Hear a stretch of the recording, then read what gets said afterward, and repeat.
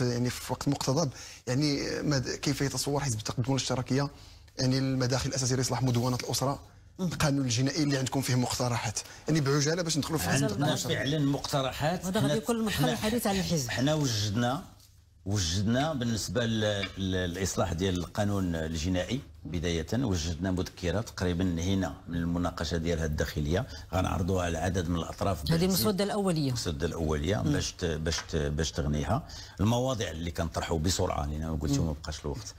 طبعا المرجعيه ديالنا هي مرجعيه تحديثيه. المرجعيه ديالنا اللي كتاخذ بعين الاعتبار الدستور، كتاخذ بعين الاعتبار المكونات الاساسيه ديال الامه المغربيه، ومن ضمنها المكون الديني والاسلام وغير ذلك. حنا ماشي ناس معزولين على الاطار اللي حنا فيه، لكن في نفس الوقت هي مرجعيه حقوقيه، مرجعيه عالميه كونيه، مرجعيه ديال المساواه، مرجعيه ديال الحريات. وعلى هذا الاساس نعتبر بانه خاص هذا القانون الجنائي يكون فيه تصدير شبيه بالتصدير اللي كاين في الدستور. الدستور فيه تصدير متقدم جدا واللي الجميع انخرط فيه. على هذا الاساس مراجعه عميقه ديال نظام العقوبات، تدقيق الاطار المفاهيمي لملائمته مع الدستور والمعايير الدوليه، تجسيد المبادئ ديال حقوق الانسان في المنظومه ديال التجريب، حمايه. هذه الافكار هذه الافكار ماشي معروفه. لا معروفه ولكن ما كايناش لا صباح. هذا الشيء اللي كنقول لك معروف، ولكن حنا مقلقين لان نعتقد انه يمكن هذا الشيء ما غنوجدوش في المشروع اللي كيتوجد.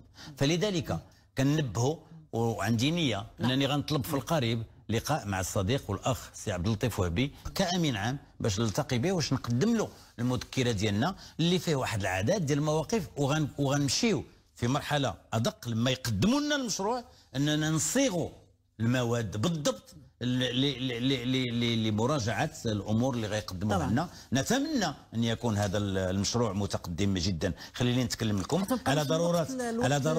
على ضروره محاربه الاشكال ديال العنف الموجهه ضد الاطفال، ضد النساء، على الاعتداءات الجنسيه، العقوبات البديله، تعديل سبل محاربه الفساد، مكافحه الكراهيه والتمييز والعنف، تجريم الانتهاكات الجسيمه لحقوق الانسان. هذه كلها بالنسبه للقانون الجنائي. بالنسبه لمدونه الاسره كذلك دقيقه مقاربه بسرعه، مقاربه تحديثيه كذلك.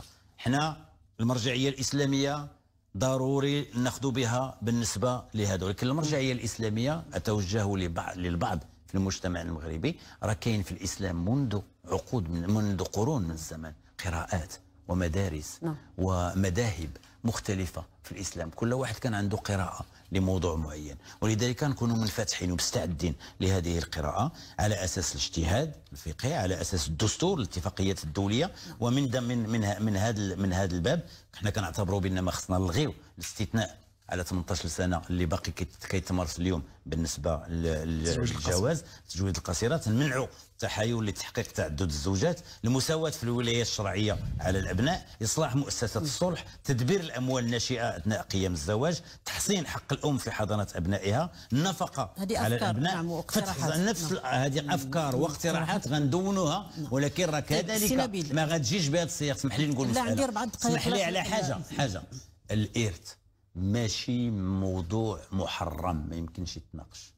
كاينه هناك اساليب من داخل القراءه الدينيه من اجل اننا نوصلوا الى واحد المستوى متقدم من المساواه في الارث بين الرجل والنساء. خلي الحوار